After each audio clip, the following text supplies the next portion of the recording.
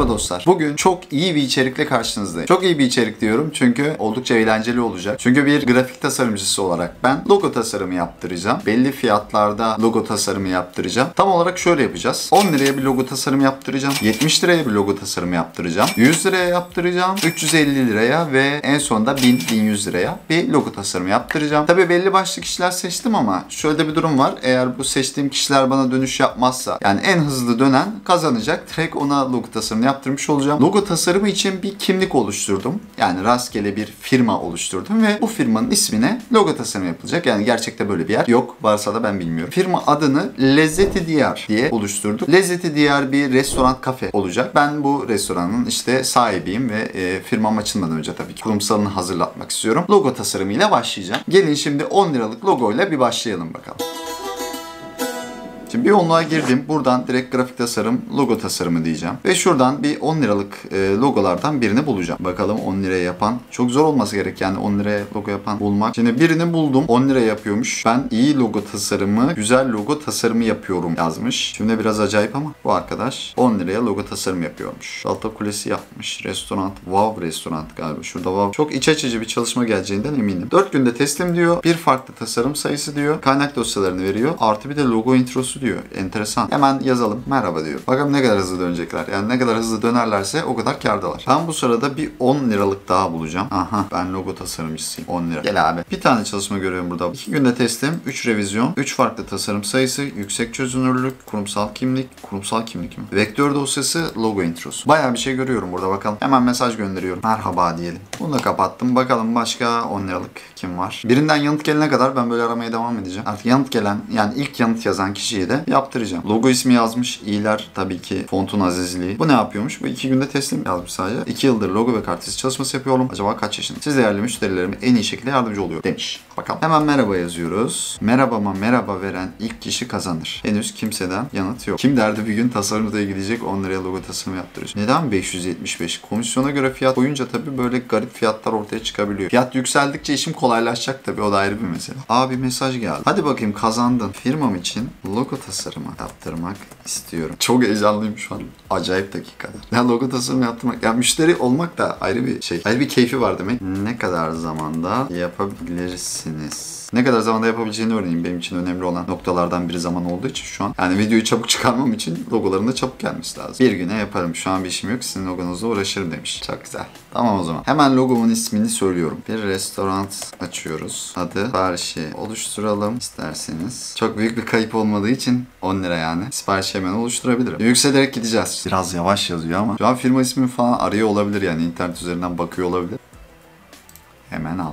Evet, logo ve kartvizit tasarımı yapıyorum. Paket içeriğine bakıyorum. En hızlı şekilde hizmet veririm. Paket içeriği de bu. Siparişi tamamlayalım. Evet, ödememiz başarılı. Şimdi sipariş detayına gidiyoruz. Siparişi başlat diyoruz. Yazalım. Firma adı. Özellikle istediğim tamamen sizin yaratıcılığınıza. Sipariş başladı. 10 liraya logo tasarımı yaptırıyorum şu an. Nasıl bir şey çıkacağını çok merak ediyorum. Şimdi 10 liralık logo tasarımı cepte. Sırada 70 liralık logo tasarımı var. Bakalım 70 liralık logo tasarımını kime vereceğiz? Yani 70-80 liraya o bantta bir şey olabilir. Hemen buldum. Şurada 70 liraya bir logo tasarımı var. Hemen onu açıyorum. Diğerlerini kapatıyorum. Başka var mı bakalım? Hanginiz bana yanıtı verirse. Merhabasını yazayım bir de logolarına bakalım. Yani benim için önemli. Portfolyoya bakarım mutlaka. Güzel. Fena değil. Var bir ışık var bu adam. Bak 70 liraya ama fena değil yani yaptığı çalışmalarda. Şu tabii çok kolaj bir çalışma olmuş yani içinde olmayan şey yok. Tamamdır abi. Senin kurumsallığını yerim. Tamam. Teşekkür ederim diye. Yani çevrim içi gözüküyor. Diğerine bakalım. Bu da çevrim içi gözüküyor. Ama dediğim gibi kim önce merhabama yanıt verirse ona yaptırıyorum. Bak bu şeymiş mesela paket diyor.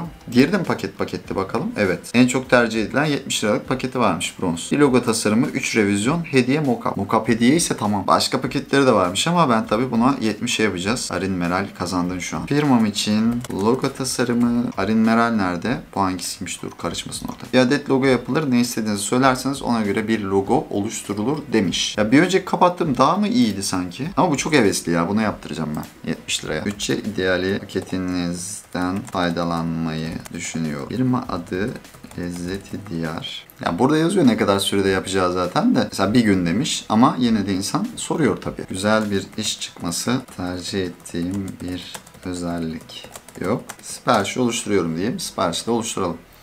70 liraya. Yani öyle ekstra bir şey istemiyorum. Siparişi tamamla diyelim. Alalım bu 70 liralığı. Bakalım buradan ne çıkacak. Ödeme başarılı. Sipariş detayına gidiyoruz ve siparişi başlatıyoruz. Firma adı. Yine aynı şeyi yazacağım ya. Şuradan kopyalayayım ben bunu. Zırt pırt yazmayayım yani. Tamam. Kusura bakmayacaksın. Arim Meral'le anlaştık. Sana da çalışmak isterdim ama. Şimdi sıradaki işimize geçeceğiz. Şimdi 100 liralık logo tasarımı yaptıracağız. Bakalım nasıl olacak. Hemen tekrar arama kısmına giriyorum ve teker teker bakıyorum. 100 liralık logo tasarımı. Ben profesyonel logo tasarımı yaparım demiş. Sen gel. Başka. Sen gel. Bunlardan biri hemen yanıt verir zaten muhtemelen. Senle başlayacağım. Sen bayağı iddialı. Fena değil. Ama diğer mesela şu Ayaz Ev de fena değilmiş. 5 yıldız var. 212 sipariş vermiş şu ana kadar. Profesyonel logo paketi 200 liraymış. 3 alternatif logo tasarımı. Bütçe hediyeli paketi 1 alternatif logo tasarım demiş. Yardım ve destek. Neyin yardım ve desteği? Baksana fiyat neden ucuz değil diye burada açıklama yapmış adam. Ki fiyat ucuz bence. Bir logo yapılır, ne istediğini bilenler için ideal paket demiş. 3 revizyon. 2 farklı tasarım yapan var burada. Bu 2 saat önce görmüş. Standart logo tasarımı ile birlikte 4 revize ve kaynak dosyalar. Bu da bir gün önce görmüş. Hayır, firma tabelası falan olacak. Menülerde kullanılacak. Büyük bir iş yani bu. İşleri küçük bir firma değil. Ne diyecek çok merak ediyorum. Kapakta mı olacak diye soruyor bana. Bayağı restoran şu an. Bu serinin devamını da çekebiliriz yani, böyle kartvizit falan da kıyaslayabiliriz. Bak yoğun bir sessizlik var şu an. Vektörel çalışıyorsunuz diye sordum. Çok zorlamayacağım bunu. Buna ben 70 liraya mı veriyorum? 100 liraya sana logo tasarımı yaptıracağım. Eğer cevap verirsen merhaba diyelim. Aha, yanıt geldi. Bütçe ideali paketinizden faydalanmak firmam için. Bak hiç sıkıntım yok. Direkt logo tasarımını istiyorum. Bütün yaratıcılık da size kalsın diyorum. Daha ne yapayım ben yani? Benim gibi müşteriyi zor bulurlar. Şu mesaj iyi oldu, bunu kopyalamam. Bunu otomatik olarak yapıştıracağım direkt artık.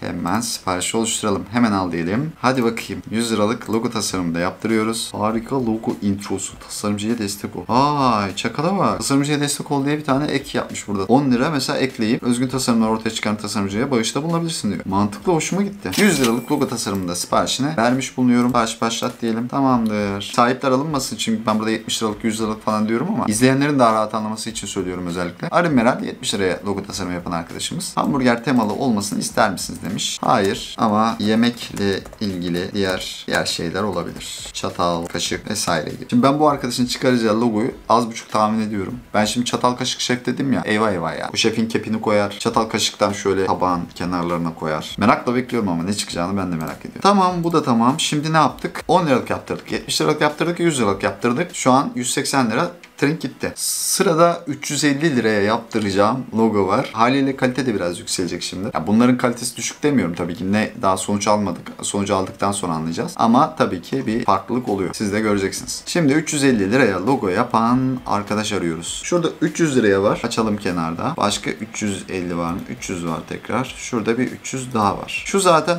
piyasanın ünlüsü yani. Hep buna logo yaptırıyorlar. Bak, bir onluğun 3 yıldır en çok satış yapan tasarımcısı. %98 memnuniyet oranı. Buna yaptıracağım ya. Bakalım bizim de memnuniyetimizi kazanacak mı %98? Görelim. Guru tasarım. Merhaba. Tamam, o zaman çatal ve kaşık içeren bir logo tasarlıyorum. Siz bilirsiniz diyeyim. Oo, Guru tasarım. Adam burada yatıp kalkıyor ya. Anında yanıt verdi. Şimdi şey istiyorum aslında, yani alternatifle sınırsız revizyon içeren logo tasarım paketi var. 3 tane tasarım yapıyor. 400 liraya. Bunu yaptıralım. 400 liralığı yaptıralım. Yani bir sonrakinde 1000 liraya yaptırırız. Olur bence. Tamam. Paket 2 oldukça hoş gözüküyor. TL'lik. Hemen ya tak yani. Paketi beğeniyorum. Diyorum ki bu paketi alacağım. Çok seri yani her şey bende. Keyifle yardımcı olabilirim. Tabii ki keyifle yardımcı olursun. Yorumlar falan da çok iyi ha. Hep yani güzel yorumlar verilmiş. Par hizmeti aldım. Lep deyince leblebi anlayan bir arkadaşımız. Her zaman en verimli tasarımları ortaya çıkarabilmek için marka sahibinden örnek tasarımlar görmek isterim. Bunu esinlenmek için değil, beğeni tarzınızı görmek için isterim. Bu benim için önemlidir. Akşama çalışıp göndereceğim. Beğendiğiniz logo örnekleri varsa gönderebilirsiniz demiş. Bak hiç öyle bir şey hazırlamadım yani. Logo örneğim falan yok aslında. Restoran logo diyelim. En klasik arama şekliyle arayayım. Şuradan şöyle olabilecek en iyi şunu atacağım. Bu şekilde renkli, esprili çalışmalara bayılırım diyeyim. Ama asla bir sınır yok.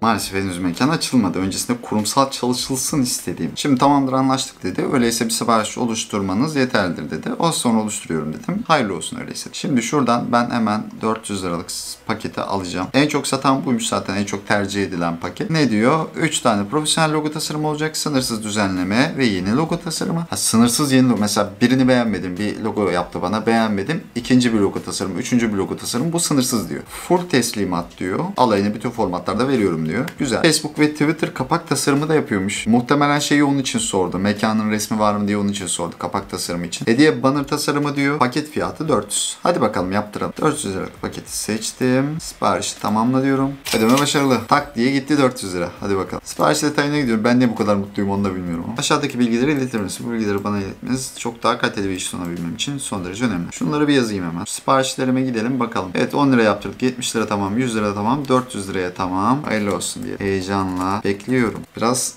ayrıntı alalım, bilgi alalım yani. 8 yıldır. 8 yıldır bu işi yapıyormuş. Çok muhabbete girmeyeceğim. Şimdi 10 liralık, 70 liralık, 100 liralık ve 400 liralık logo tasarımı yaptırıyorum şu an. Aynı firma, aynı markaya. Sırada 1000 liralık logo tasarımımız var. Hadi bakalım. 1000 liraya logo tasarımı yapanı bu kadar zor bulmam da ayrı bir sıkıntı yani. Aha 1000 lirayı buldum. Burada 1040 lira var. Onu da açalım. 1000 liralık bir tane daha bulacağım. Ona bakacağım. Bir merhaba diyelim bakalım. Mavi desen. Sana da merhaba dedik. Bu nasıl olmuş da yani 1000 liraya logo tasarımı yapıyorum demiş. 5000 liraya logo tasarımı yapıyor. Sen kimsin? Satış yapmış mı acaba? Böyle bazıları da şey için açıyor mesela. Gerçekten biri gelir belki yaptırır. Yüksek fiyatlı koyayım diyor. Kendi güvendiği için veya o fiyat yaptığı için hani o fiyat veriyor ama bazıları da böyle ya tutarsa kıvamında fiyat verenler de var. Aha mavi desenden yanıt geldi. Şu logolarına bir bakacağım senin. Dur bakayım. Çünkü 1000 lira vereceğim bunu ilk yazana değil de. Burada diyor ki firmanıza özel logo tasarımlarını bir onluğa özel 400 lira yerine sadece 50 liraya yapıyorum diyor. Burada fiyatı hemen al 1040 lira. Ben bunu soracağım. Merak ettim çünkü yani niye öyle bir şey var. Ama bu Happy Lama çok hoşuma gitti ya. Tatlı işler var. Göndereceğim sana mesaj. Merhaba diye. Bak yanıt yazarsan sana yaptırmayı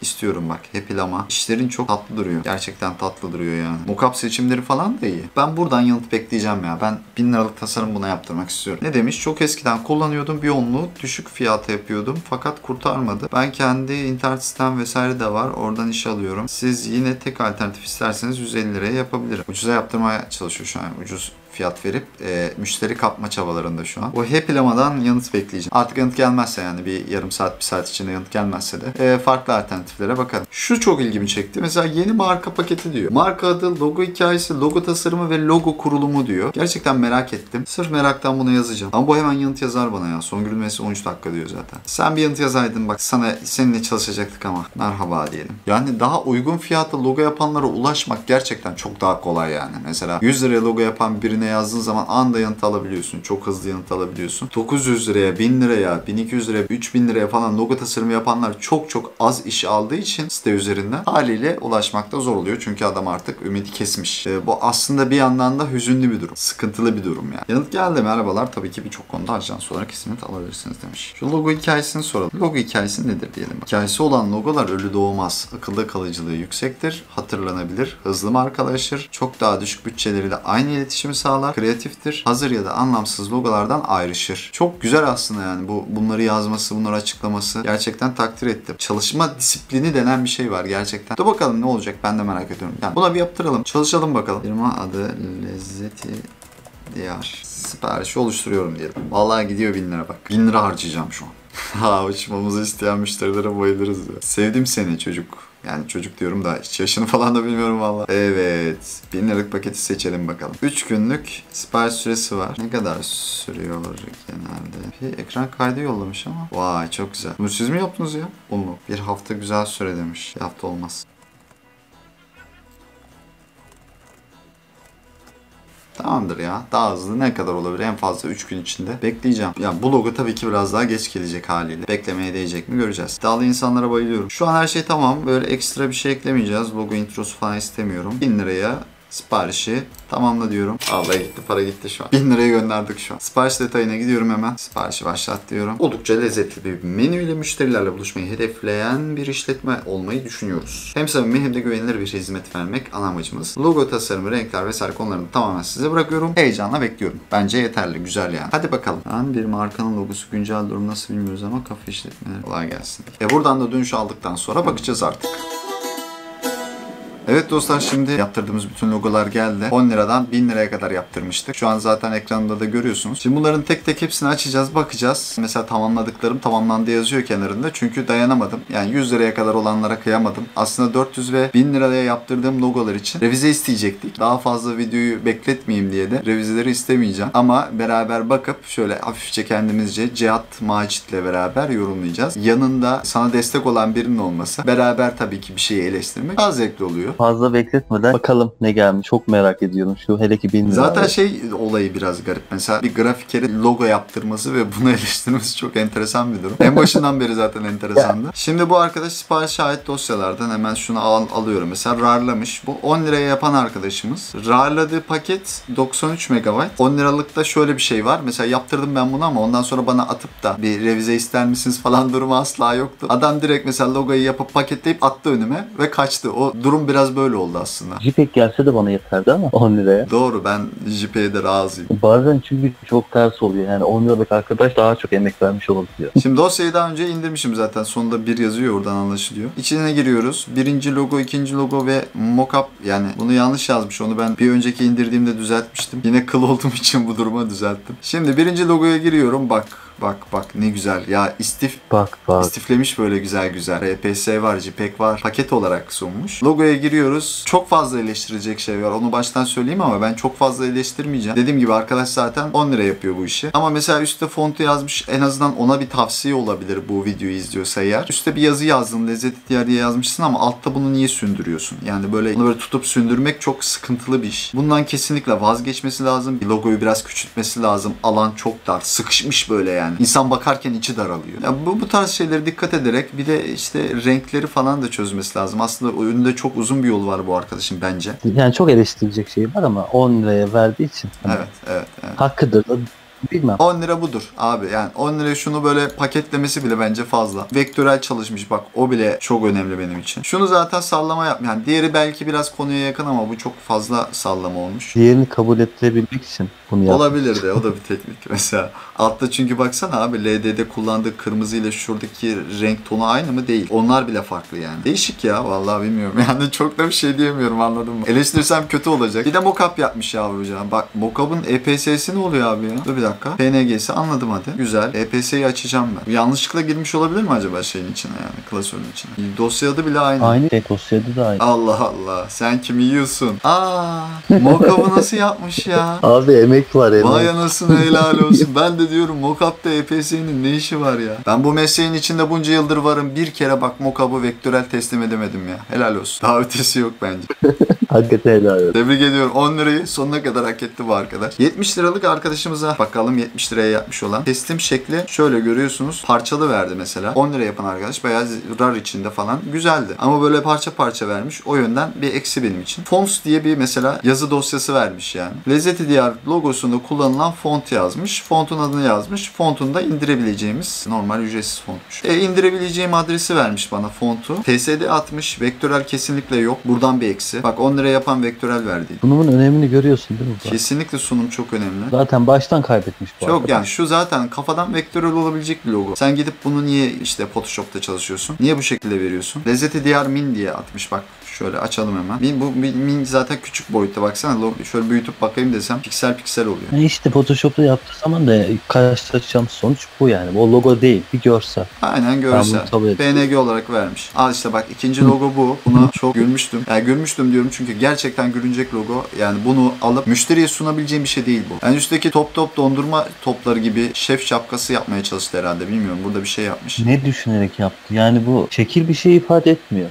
Renkler desen birbirine zıt, çok itici. Font desen kafadan yok, yazmış. Bu yani bu diğeriyle alakası yok zaten. Yani şununla hiçbir alakası yok. Bir yerden bir şey bulmuş, ortasını değiştirip bu yazıyı yazmış. Olabilir. Yani acaba benden önce bir dondurmacıya logo yaptı da beğenmedi hani bana mı? Bilmiyorum, her şey olabilir. Hayır. 10 liraya logo olmaz, 70 liraya 50 liraya falan logo olmazsı savunduğum için. Şimdi zaten izleyen de anlayacaktır yani ne logo olur mu olmaz mı? Yani şurada bile söyleyebilirim. 10 liralığa yapan arkadaş şu an o logoyu 70'e vermiş olsaydı gıkımız çıkmazdı. Kesinlikle öyle. Olumlu bakmaları lazım. Eleştirileri olumlu almaları lazım. Ki burada zaten kötü bir şey söylemiyoruz yani. Şimdi yavaş yavaş yükseliyoruz. 100 lira verdiğimiz arkadaşa bir bakalım. Bak bu da zip olarak kaydetmiş. Açtık hemen. Logo teslim, lezzeti diyar demiş. Giriyoruz. Dikey yatay diye adam 2 klasör oluşturmuş. O hoşuma gitti. Ve içerisinde de hepsinin vektörel diye de yazmış. Adam mesela teslim ettiğin kişi anlamayabilir. AI dosyası nedir diye düşünebilir. Onun için mesela dosyaların isimlerini de güzel isimlendirmiş. Sunumdan kazandı. Tebrik ediyorum. Hemen bakalım şu mockup'lara. Tabii önce logoya bakalım dur. Yatay olana girip. Neyse böyle bakalım arka plansız versiyonu. Logoda espri hoşuma gitti. Yani o çatalları böyle yuvarlayıp aslında yıldız kullanması, göz falan, o şef bıyığı muhabbeti. Logo çok temiz bir logo yani. Gayet o böyle saçma sapan püsürükler, saçma sapan şeyler yok. İmalar yok. Gayet temiz bir logo baktığın zaman. Her yerde de uygulanır. Uygulanır. Uygulanabilirliği de süper. Onda sıkıntı yok. 100 liraya alabileceğimiz bir logoydu bu. Tabii kendince bir hani mesela o gözlerdeki yıldızı aynı zamanda lezzeti diyarın iyilerinde kullanmış. Güzel, fena değil. Ama renk konusunda bir sıkıntımız var sanki. Yani şu ana kadar hiç böyle renk kullananını görmedim. Ya işin içinde bir lezzet varsa kırmızı vazgeçilmez renk. Yani öyle bir algı var nedense. Evet, kesinlikle öyle bir algı var. Yani beyaz üzerin böyle fena da durmuyor aslında. O kadar kötü değil. Çok sırıtmıyor ha. Güzel Yani logo. sırıtmıyor. Yani genel olarak beğendim ben ama. Yani vektörel vermiş, PSD vermiş, PDF'ini vermiş. Profil fotoğrafı için 2 tane versiyon vermiş. Mockup şu klasik zaten, bunu kullanmayan yok. Bu milli mockup'ımız.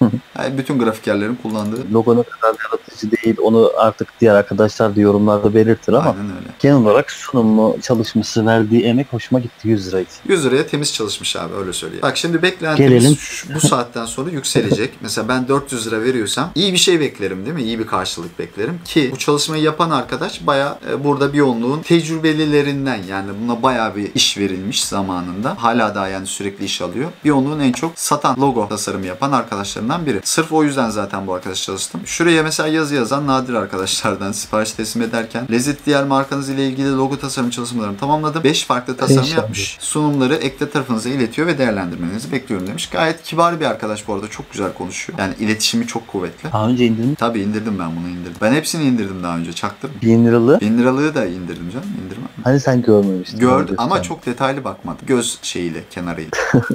Aç bakalım nasıl bir şey. Şimdi ilk logomuz güzel. Gayet böyle bir doğal hava verdi bana. Ya, nedense direkt şey oldu. Organik yiyecek. Direkt tereyağı. Tereyağı da gidermiş ha. Evet, logo gidermiş yani. Şey var ama çok organik değil mi? Böyle vejeteryan bir hava yok mu? Bilmiyorum, bende öyle bir hava verdi. Yani dediğin gibi mesela köy ürünleri. Yeşilin etkisi. Yeşilin etkisi bence de. 2'ye bakalım. Bak bu mesela bir restoran, kafeye daha çok yakın. Daha yakın olmasının sebebi tabii ki şu şef, kepiyle şefin bıyığı. Bu zaten olmazsa olmaz yani. Sonundaki şu kıvrak hareket mesela hoş bir tat vermiş. Arkaya da sunum için de öyle bir şey yap. Sunumunda da. Bunu benim taktiğimdir. Çok severim ben böyle sunum yapmayı. Mesela logonun kendisini silik bir şekilde arkaya böyle hafif gözükecek şekilde koyarım. Sağa sola köşeye bir yere. Arkadaş aynısını yapmış, o yüzden hoşuma gitti. Arka plan da düz beyaz değil, farkındaysan. Hafif bir gradient var böyle griye doğru. Diğer logo daha güzeldi ama o da dediğim gibi konuyla çok alakalı, onu bilemedim. Bak bunda da aynı şekilde şey var. Kalbi korur, sağlıklı yiyecekler havası var. Hani direkt mesela baktığında öyle algılıyorsun. Ben çok bu arada sahiplendim bayağı, sanki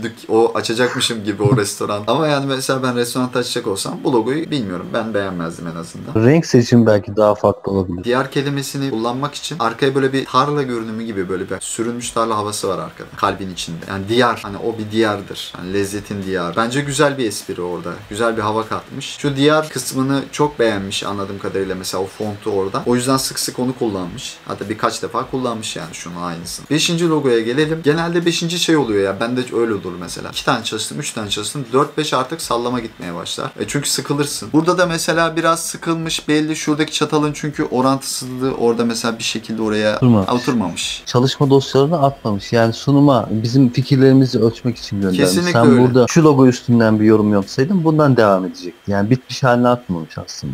Şu an bizden %100 revize bekliyor. Yani bitirdim, aha budur demiyor. Tabii ben buna zaten yazacağım. Çok teşekkür ederim. Hepsi güzel olmuş. Biz şunda karar kıldık diyeceğim ama hangisini karar kıldık şu an mesela, hangi? Bak şu güzel ama renkleri, bu logo garip bir hoşuma gitti. Şey gibi, daha önce var olan bir logo gibi yani. Bana sorarsan bir evet güzel şu an. Bir güzel. Bir güzel. Bir 4 belki ama biri. Birin mesela renk alternatiflerini falan görmek isteyebilir müşteri. Yani ben eğer müşteri olsam renk alternatifi isterdim şundan. Ama güzel. Bu arkadaşa yazalım mı hemen canlı? Aktif mi? Aktiftir ya. O hemen yazdı bana. Ben buna bir yazdım geçen. Anında cevap verdi yani. Çok adam burada yatıp kalkıyormuş gibi. Bak 9 dakika önce aktifmiş. Sürekli burada. Merhaba. Biz kaçı beğendik ya? 1 miydi? 1 numaralı logoyu çok beğendik. Ortağım da var ya. Cihat lezzeti diğer ne zaman açıyoruz? Şimdi 1 numaralı logoyu ortağımla çok beğendik. Şu da çok güzel aslında, bir yaptığın çalışma işe biri gelip çok beğendik dediği zaman bir daha yeniden sıfırdan işe başlıyormuş gibi hissediyorsun. Çok motive. Attığı logoyu direkt beğeniyorum. Revize yok, bir şey yok ya. Böyle bal gibi müşteriyi nerede bulacaksın? Ücreti de güzel, yani kötü değil. 10 liralık iş yapan arkadaşlara daha yüksek fiyata iş yapanlarla arasındaki farkı görmesi için faydalı bir video oldu.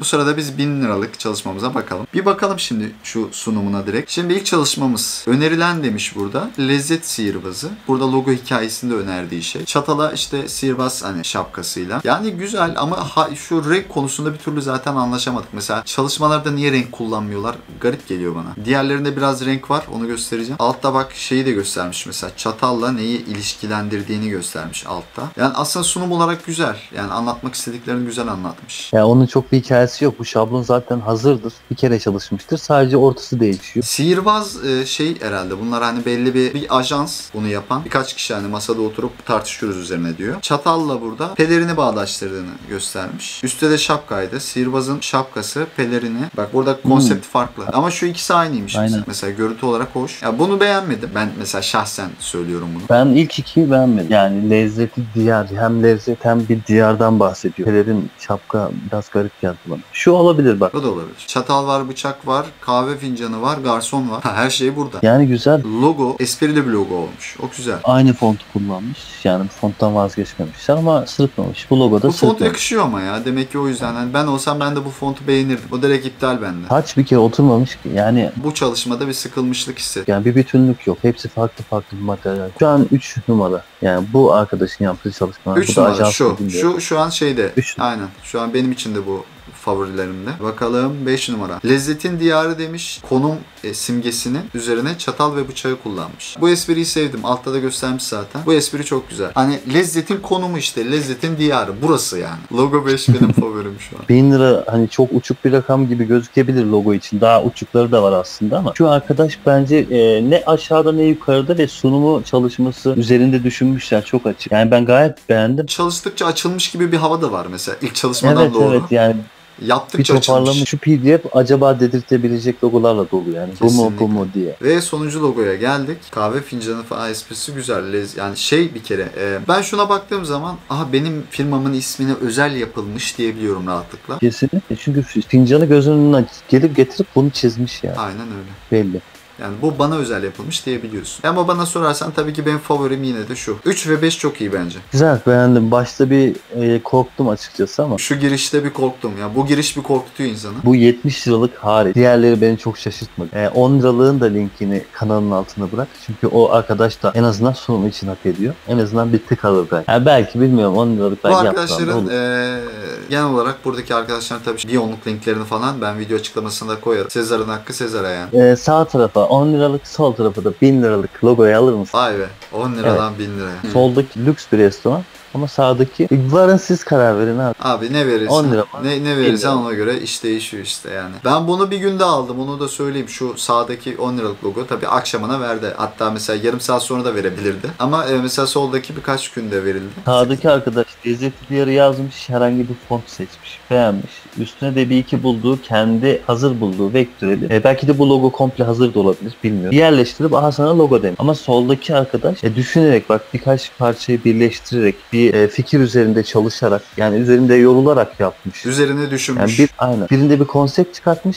Biri de sana logo demiş. Toplamda 1580 liraya logo yaptırdık. 10, 70, 100, 400 bin diye gittik ve sonuçlar da aslında güzeldi. Yani bazı özellikle mesela 1000 lira yaptırdığımız logolarda ki bazı espriler çok muazzam. Güzel espriler var. Ama tabii bu kıyaslamayı siz de daha net görün diye yaptım. Hep bir muhabbet oluyor ya, 10 liraya 70 liraya logo olur mu? Olur. Piyasasına göre. İşte serbest piyasa muhabbeti oluyor ya. Ben serbest piyasayı size birebir göstermek istedim aslında. Buyurun yani, hepsi karşınızda. Videoyu başa sarıp tekrar da izleyebilirsiniz, bakabilirsiniz. 10 liraya nasıl logo olmuş, 1000 liraya nasıl logo olmuş kendiniz de görebilirsiniz. Umarım faydalı olmuştur ki faydalı olması için zaten bu videoyu çektik. Cihat Macit arkadaşıma çok teşekkür ediyorum. Bana eşlik etti. Beraber eleştirdik az buçuk. Ben teşekkür ediyorum. Öyle. Tekrar görüşmek üzere. Kendinize iyi bakın. Hoşça kalın. Bay bay.